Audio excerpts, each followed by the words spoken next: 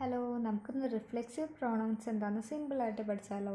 ഒരു സെൻറ്റൻസിൽ സബ്ജക്റ്റും ഒബ്ജക്റ്റും ഒരേ വ്യക്തിയായിട്ട് വരുമ്പോഴാണ് നമ്മൾ റിഫ്ലെക്സീവ് പ്രൊണൗൺസ് യൂസ് ചെയ്യുന്നത്. ഒരു സെൻറ്റൻസിൽ ഒബ്ജക്റ്റിൻ്റെ സ്ഥാനത്താണ് റിഫ്ലെക്സീവ് പ്രൊണൗൺസ് വരുന്നത്. അത് ഡയറക്റ്റ് ഒബ്ജക്റ്റ് ആയിരിക്കാം അല്ലെങ്കിൽ ഇൻഡയറക്റ്റ് ഒബ്ജക്റ്റ് ആയിരിക്കാം. ഈ റിഫ്ലെക്സീവ് പ്രൊണൗൺസ് 8 എണ്ണമാണ് ഉള്ളത്. താഴെ കാണുന്നതാണ് അവ. ഇതിൽ സെൽഫ് എന്ന വേർഡിൽ അവസാനിക്കുന്നതൊക്കെ സിംഗുലർ റിഫ്ലെക്സീവ് പ്രൊണൗൺസ് ആണ്. എന്നാൽ സെൽഫ്സ് എന്ന വേർഡിൽ അവസാനിക്കുന്നവ പ്ലൂറൽ റിഫ്ലെക്സീവ് പ്രൊണൗൺസ് ആണ്.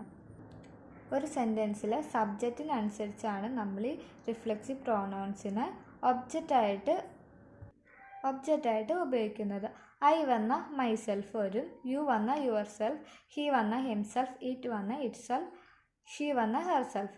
അതുപോലെ വി വന്ന അവർ സെൽഫ്സ്, യു വന്ന യുവർ സെൽഫ്സ്, ദേ വന്ന ദം സെൽഫ്സ്. ഈ രണ്ട് സെൻറ്റൻസുകളൊക്കെ ഹീ സ്ലാപ്ഡ് ഹെർ, അവൻ അവളെ അടിച്ചു. ഇവിടെ ഹീ ആണ് സബ്ജക്റ്റ്. അവൻ ആരടിച്ചു എന്നാണ് പറയുന്നത്? അവളെ. ഇവിടെ ഹെർ ആണ് ഒബ്ജക്റ്റ്. ഇവിടെ സബ്ജക്റ്റ് ഹീയും ഒബ്ജക്റ്റ് ഹെറും ആണ്. രണ്ടും രണ്ടുപേരാണ്. എന്നാൽ രണ്ടാമത്തെ sentence okay, he slapped himself, അവൻ അവനെ തന്നെ അടിച്ചു. ഇവിടെ ഹി ആണ് സബ്ജക്റ്റ്. അവൻ ആരെ അടിച്ചു എന്നാണ് പറയുന്നത്? അവനെ തന്നെ. ഇവിടെ ഹിംസെൽഫാണ് ഒബ്ജക്റ്റ്. ഇവിടെ സബ്ജക്റ്റ് ഒബ്ജക്റ്റ് ഒരേ വ്യക്തിയാണ്. അതുകൊണ്ടാണ് നമ്മളിവിടെ ഹിംസെൽഫ് എന്ന് പറഞ്ഞിരിക്കുന്ന റിഫ്ലെക്സീവ് പ്രൊണൗൺ യൂസ് ചെയ്തിരിക്കുന്നത്. ഇവിടെ ഹിംസെൽഫ് വരുന്നത് ഡയറക്റ്റ് ഒബ്ജക്റ്റ് ആയിട്ടാണ് വരുന്നത്. ഈ sentence okay, we bought ourselves a house, ഞങ്ങൾക്ക് വേണ്ടി ഒരു വീട് വാങ്ങി. ഇവിടെ വി ആണ് സബ്ജക്റ്റ്. ഇവിടെ എന്താണ് വാങ്ങിയത് ഞങ്ങൾ? A house. ഇവിടെ ഹൗസ് ആണ് ഡയറക്റ്റ് ഒബ്ജക്റ്റ്. ആർക്ക് വേണ്ടിയിട്ടാണ് വീട് വാങ്ങിയത്? ഞങ്ങൾക്ക് വേണ്ടിയിട്ട്. അവർ സെൽഫ്സ് ആണ് ഇൻഡയറക്റ്റ് ഒബ്ജക്റ്റ്. ഇവിടെ സബ്ജക്റ്റും ഇൻഡയറക്റ്റ് ഒബ്ജക്റ്റും ഒരേ വ്യക്തിയാണ്. അതുകൊണ്ടാണ് ഇവിടെ അവർ സെൽഫ്സ് എന്ന് പറഞ്ഞിരിക്കുന്ന റിഫ്ലെക്സീവ് പ്രൊണൗൺ യൂസ് ചെയ്തിരിക്കുന്നത്.